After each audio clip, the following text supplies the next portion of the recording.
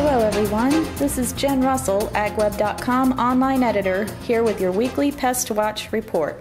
Speaking with us today is Ron Hammond, extension entomologist with The Ohio State University. Ron, you say slugs are becoming a problem in your region. Could you tell us what's going on? Basically, we're seeing the problem, which we always have in both corn and soybeans. They're basically a pest that will survive eating or anything organic.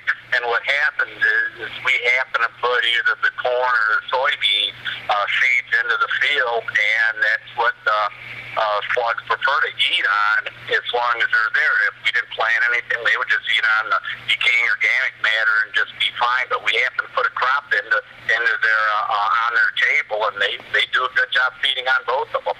So is it the seeds these slugs are eating, or young plants as well? Well, they'll start eating the seeds, but as the seeds start to grow and put on leaves, they actually prefer the leaves. Now with corn, the corn almost always, because the growing tip is below, will tend to keep putting out new leaves, which the slugs will feed on.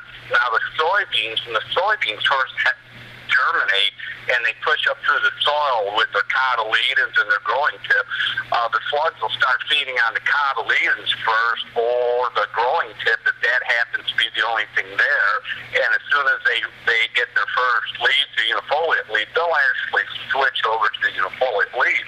The problem is if they hit the crop, if they hit the soybeans right at emergence, it's only the cotyledons and growing tip that are there for them. So what level of damage can growers expect? Corn, you almost always will have a plant, and you'll always have a plant stand, even though it might not be very vigorous or look very good, just because corn, just like I said, will always have new leaves coming out.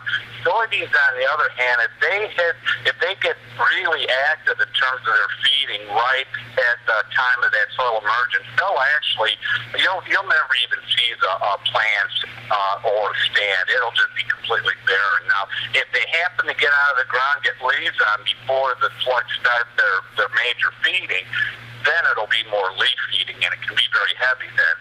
But with soybeans, its timing is a lot more critical. And how can farmers scout for slugs? Well, basically with corn, because, as I said, that the growing tip is below the surface, and you tend to always have leaves. With corn, you can definitely go and scout the leaves and see that telltale defoliation. You'll see slime on plants, and most no-till growers that experience this, a lot of them have, so they know what to look for.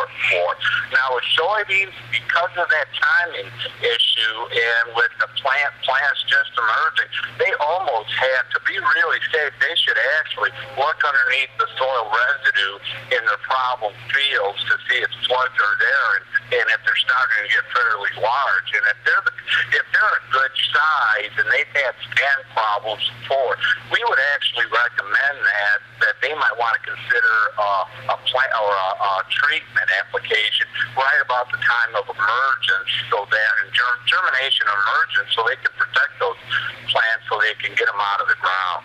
What's the best way to manage these pests? If a grower does a lot of tillage, plows, buries the residue, they really won't have much in the way of slug problems. So it's the no-till people that have it. Now, obviously, the best method you can do for management is till, but that kind of takes away all the advantages of no-till systems. So about the only thing a grower can do is, and this year especially, is to probably put down a bait application of a molluscicide. Any spray that you would spray just tends to get sloughed off in the slime from the slug.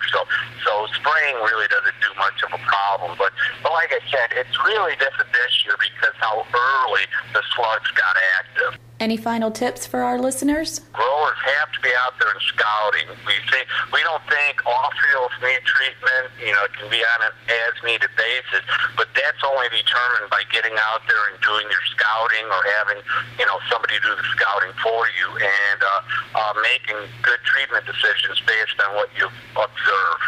Okay, thanks Ron for being with us today, and thanks everyone for tuning in. This has been your weekly Pest Watch report.